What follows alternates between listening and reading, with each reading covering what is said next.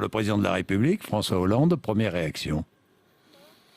Que le président de la République aille en Irak dans une période de crise, pourquoi pas.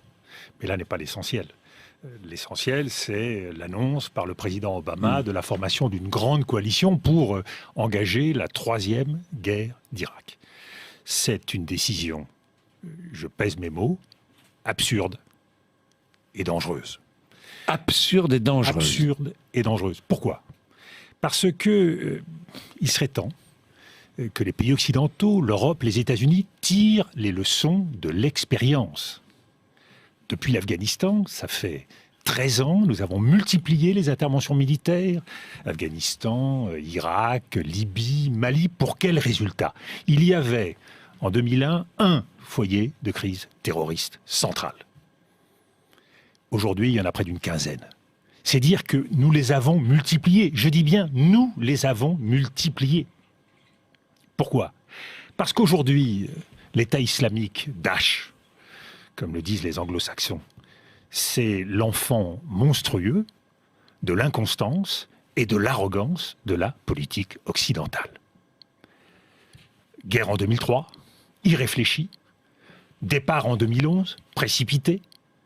Et puis, soutien jusqu'au bout au régime d'un Premier ministre irakien, M. al-Maliki, qui a fait le jeu confessionnel en opposant les chiites aux sunnites.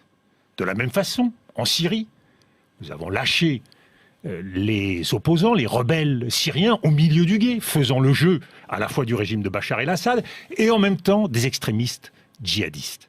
Il faut se rendre compte que aujourd'hui, la montée en puissance de l'émirat islamique, de l'État islamique, à grande vitesse, ils étaient quelques milliers il y a quelques mois, aujourd'hui on en dénombre entre 20 et 30 000, eh bien c'est la conséquence de nos incohérences. Alors aujourd'hui, aller faire la guerre dans cette région, qui est une région meurtrie, frappée par les crises identitaires, c'est prendre le risque de cristalliser, de coaliser un certain nombre de forces, une fois de plus contre nous. Et nous rendons à cet État islamique le service qu'ils attendent, c'est-à-dire de constituer... Les considérer et constituer... Considérer que c'est l'adversaire numéro un. Exactement, l'ennemi absolu. Les mettre en scène. Nous leur donnons un statut et surtout, nous facilitons considérablement le recrutement. Qu'est-ce qui va se passer ? En un rien de temps, eh bien, ces forces terroristes vont voir les recrues arriver de tout le monde arabe. Et donc, nous allons les renforcer là-bas et nous allons les renforcer ici, chez nous. C'est dire que le risque terroriste devient à peu près immaîtrisé et immaîtrisable. Pourquoi ? Parce que nous avons renoncé à faire de la politique.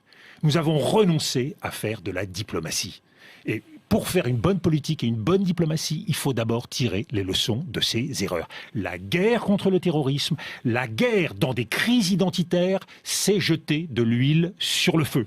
Donc, il y a fort à parier que nous allons faire la guerre, effectivement, face au califat en Irak et en Libye. En Syrie. Demain, on voudra nous convaincre qu'il faut aller faire la guerre à nouveau. En Libye ? Contre le califat en Libye. C'est dire qu'à chaque fois qu'on fait une guerre, il s'agit d'en recommencer une autre pour réparer notre incompétence et notre incapacité à régler les problèmes. Donc absurde, politique absurde. Et dangereuse.